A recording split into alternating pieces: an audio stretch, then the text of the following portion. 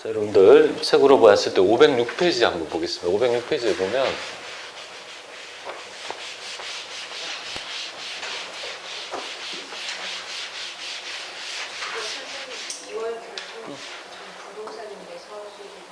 네. 6월 결손 1,000만 원 있으면 사업소득하고는 상계할 수 그렇죠. 지소득이니까. 있잖아요.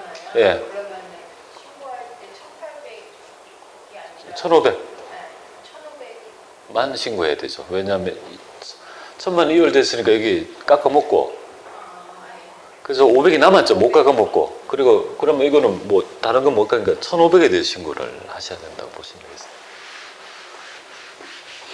굉장히 좀 제재하는 입장이죠. 그죠?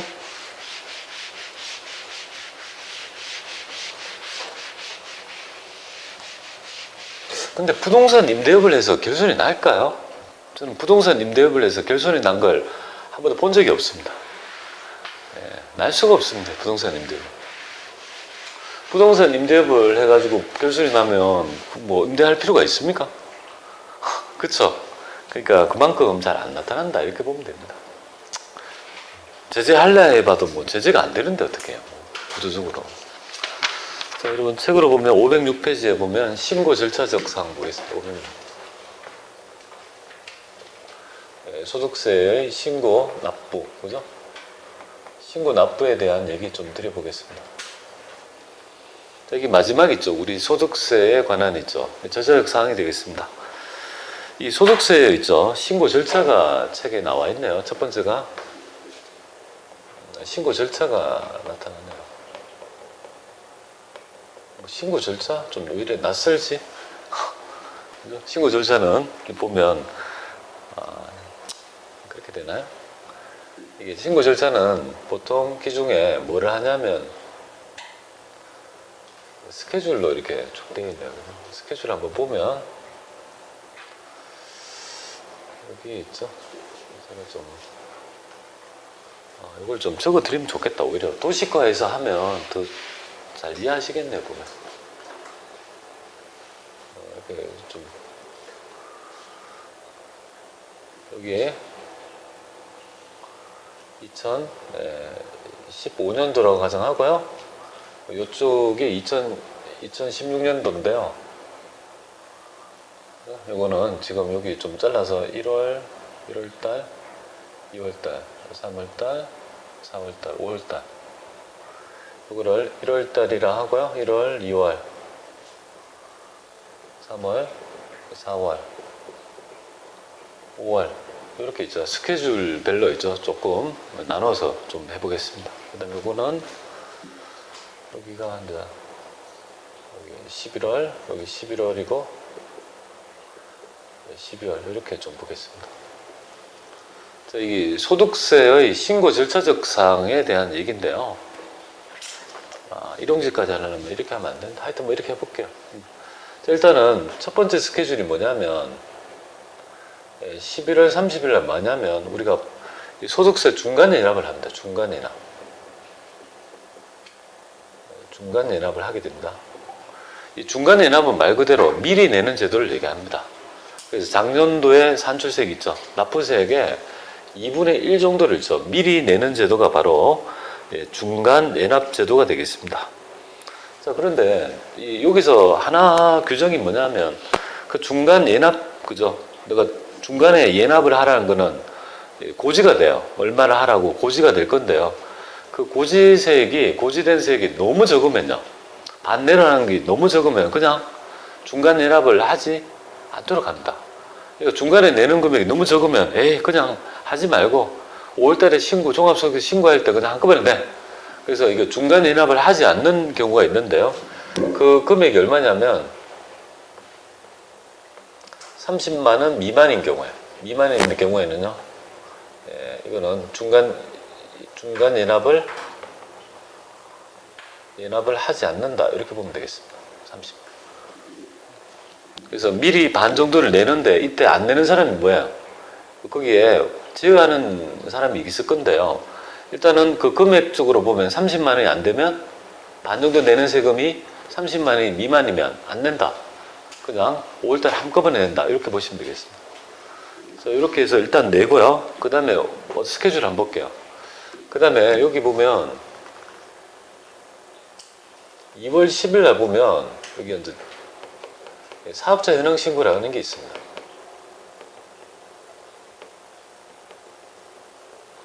이 사업자 현황 신고는 뭐냐면 면세사업자 있죠. 과세사업자 말고 부가가치세법상에 면세사업자를 얘기합니다. 면세사업자.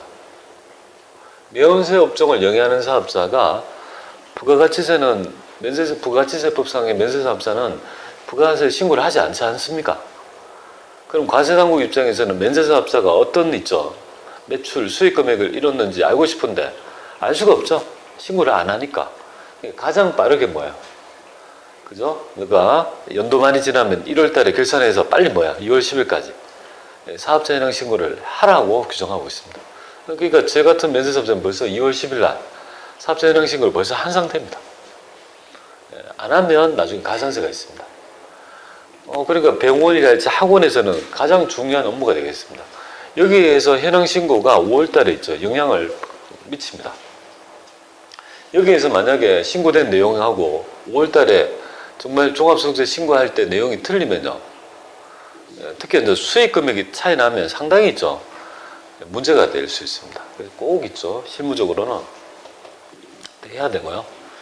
그 다음에 이제 2월 말일자에 보면 여기에 보면 2월 말일자가 사업 직업조서가 있긴 있는데 여기 요 스케줄부터 볼게요.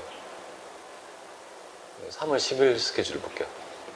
3일 10일이 뭐냐면 가장 중요한 있죠. 연말정산을 하게 됩니다. 3월 10일.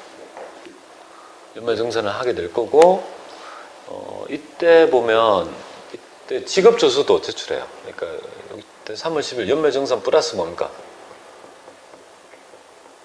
직업조서도 제출하게 됩니다. 이렇게 이제 두 가지를 결국은 두 가지를 연말정산도 하고 이렇게 직업조서도 제출하고 이렇게 해야 돼요. 근데 이제 직업조서는 말 그대로 원칙이 2월 달이 원칙이 돼요. 직업조서에 대한 얘기는 제가 직업명세표는 507페이지에 있는 얘기를 그때 해드리고 요때 내는 그 직업조서는 특정화되어 있습니다. 어차피 연말정산은 근로소득자를 하고 사업소득자 중에 일부니까 근로하고 퇴직하고 여기 대상이 직업조서의 대상이 세 가지입니다. 근로하고 근로소득자 두 번째 연말정산 대상이 있죠. 연말정산 가능한 사업소득자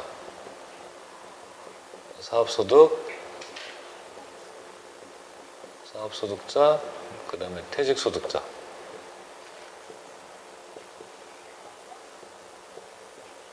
자, 이런 것들은요 어차피 연말정산을 하니까 이때 같이 그죠 직업조서가 아니죠. 이거 이래 옛날 용어를 씁니다. 조서라니까 굉장히 딱딱하죠. 직업조서를 안 하고 직업명세서를 합니다. 내가 직업을 한 명세서 이름 바뀌었죠. 직업명세표를 이렇게 제출하게 돼 있습니다. 누구한테 지급했는지 알아야 될 거 아니에요. 어떤 자한테 지급했는지를 개인별로 건건별로 홍길동 이름이 들어가요. 그래서 홍길동한테 얼마 줬다는 걸 전부 다 명세표를 전부 다 이쪽에 다 밝혀가지고 같이 신고하게 됩니다. 근데 원칙은 2월 말이 원칙이야. 보면 여기 지급 명세표는 원칙은 2월 말이 원칙입니다. 그러니까 뭐 여러분이 알고 있는 다른 있잖아요. 뭐 기타 소득이랄지 이런 것들은요. 전부 다 2월 말에 전부 다 지급 명세표를 제출해야 되고 요거는 어차피 뭡니까? 어차피 근로소득하고 연말정산을 하니까 그죠? 그때 이거 같이 하더라 무방하니까 약간 연기가 된 꼴이다 이렇게 보면 되겠습니다. 자 이렇게 될 거고요. 그 다음에 5월 말일자까지 그죠? 5월 31일 날이 바로 31일이 바로 여러분이 지금 현재 신고 납부하는 있죠? 바로 우리가 종합소득세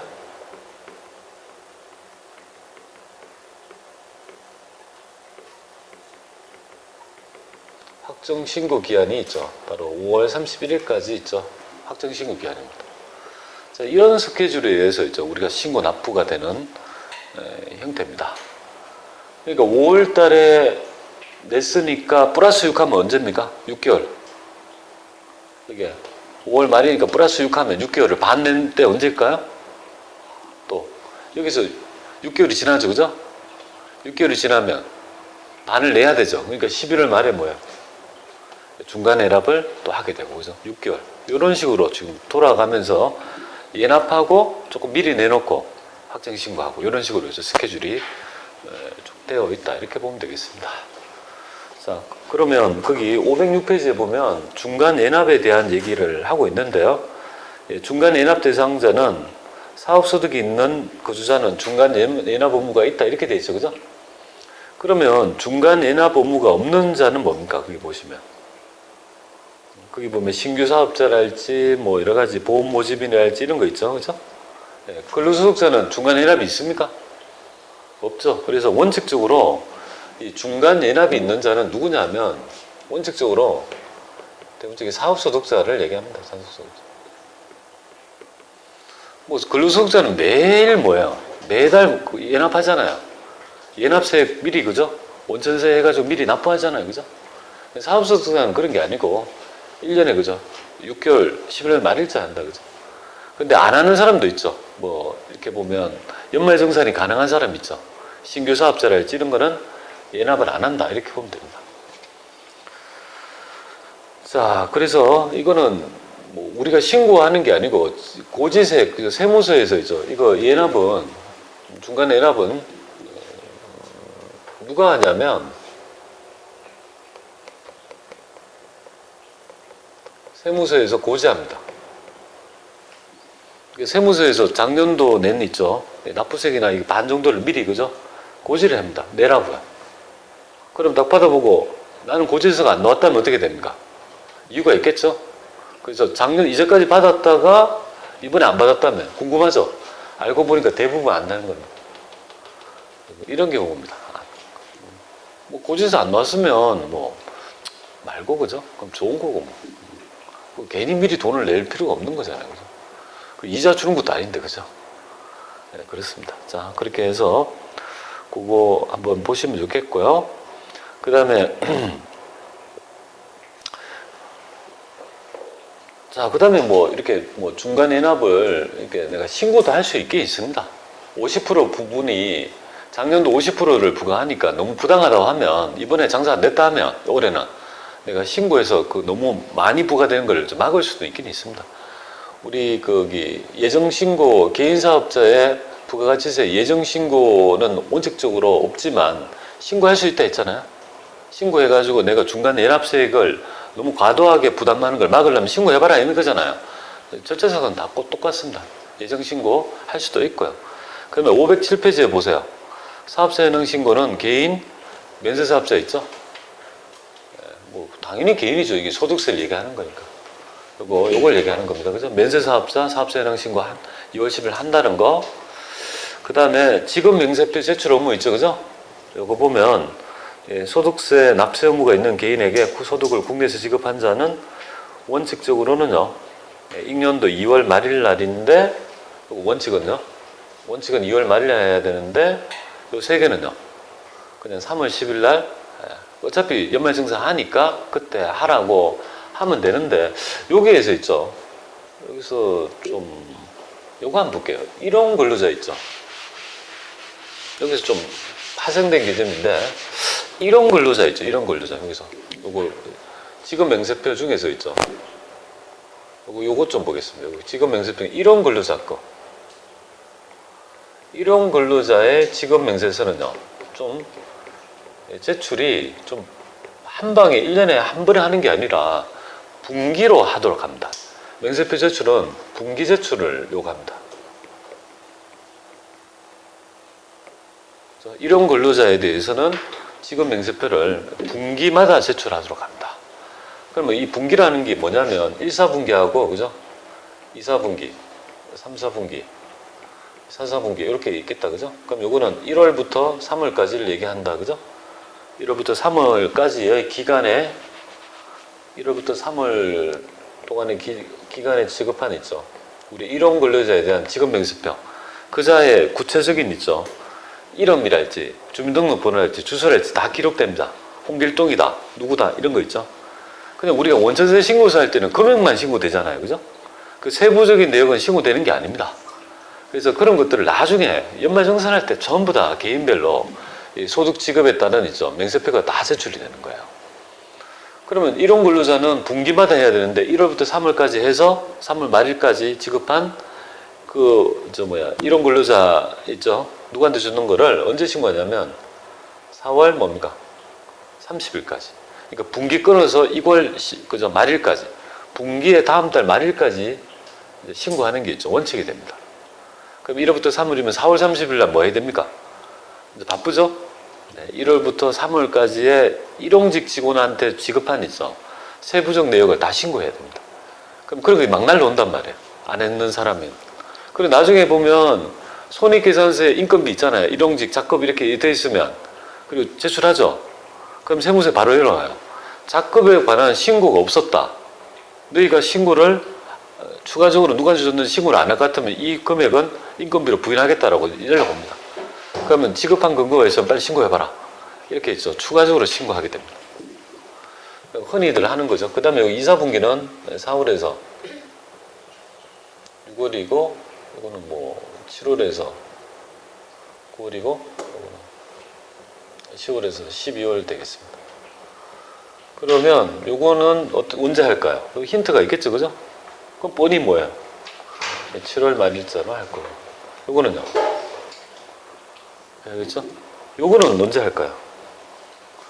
그러면 요거는 1월 말에 해야 마땅하죠.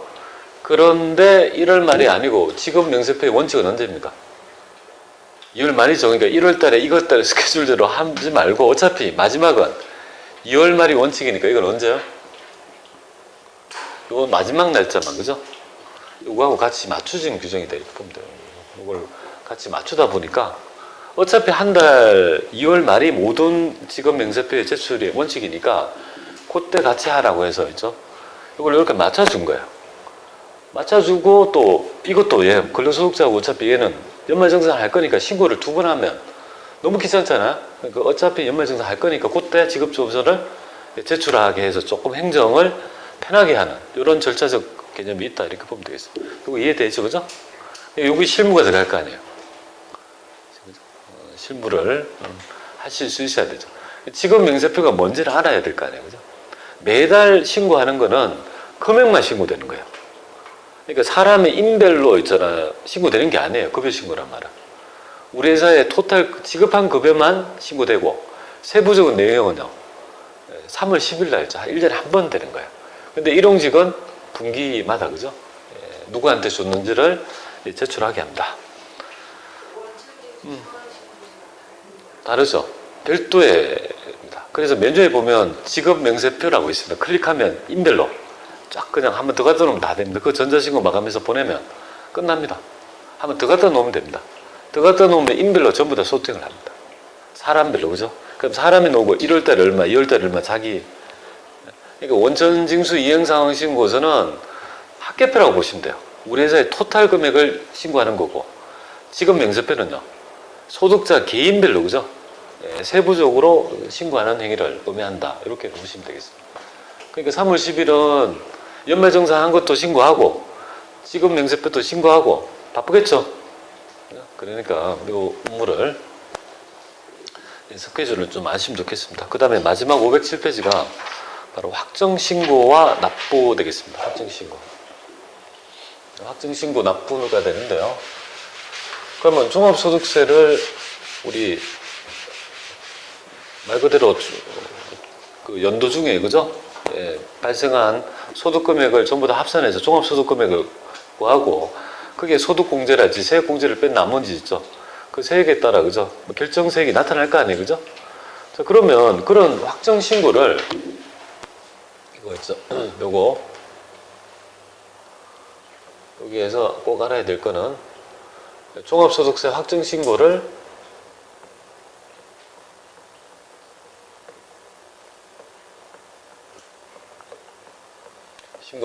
면제해 준 규정이 있습니다. 그러니까 종합소득세 신고를 안 해도 되는 자 있죠. 확정 신고를 5월 달에 그 세무서에 안 가도 되는 자를 의미합니다. 그런 자를 우리가 판단을 한번 해보죠. 일단은 5월 달에 종합소득세 확정 신고를 면제해 준 자는 가장 대표적인 게 바로 있죠. 우리 연말정산을 하는 그죠. 연말정산 대상인 근로소득자. 안 합니다. 이런 것들은 확정신고 할 필요가 없죠. 그래서 연말정산을 했다라면, 이 행위를 했다라면 뭡니까? 이 행위를 했다라면 이 신고를 그죠? 한 걸로 가름해 주는 거예요. 회사가 다 정산을 했잖아요. 결정세. 돌려받을 건 다 했죠? 그래서 연말정산을 한 근로소득자는 5월 달에 세무서에 갈 필요가 없다. 이렇게 보면 됩니다. 자, 두 번째가 뭐냐면 연말정산이 가능한 있죠. 사업소득자가 있습니다. 사업소득자는 연말정산을 할 수 있느냐고요? 할 수 있습니다. 근데 할 수 있는 그죠? 이 사업소득자는 하나의 회사에서 그죠? 소득이 지급되는 그런 어떤 사업소득자를 얘기하는데요. 대표적인 업종이 뭐냐면 보험 판매인, 보험 모집인, 다단계 판매원 등등등 이런 자들은요. 보험 모집인하고 다단계 판매원은 하나의 회사, 보험회사랄지 다단계 판매회사로부터 수당이 일률적으로 지급되거든요. 그런 것들은 일부 자기가 낸 있죠. 그 세액으로 3.3% 띈 거 있죠. 그걸 가지고 연말정산을 할 수가 있어요? 그냥 간단하게? 그렇게 간편하게 했다면 그걸로 가름해 줄 수 있습니다. 5월 달에 안 가도 됩니다. 그게 이제 그게 하나의 회사로부터 소득이 딱 적출이 되니까 가능한 건데, 제 같은 사람은 어떻습니까? 불특정 다수로부터 있죠. 수입이, 그죠? 수입 금액이 정해지잖아요. 관세 당국이 알 수가 없죠. 그리고 원천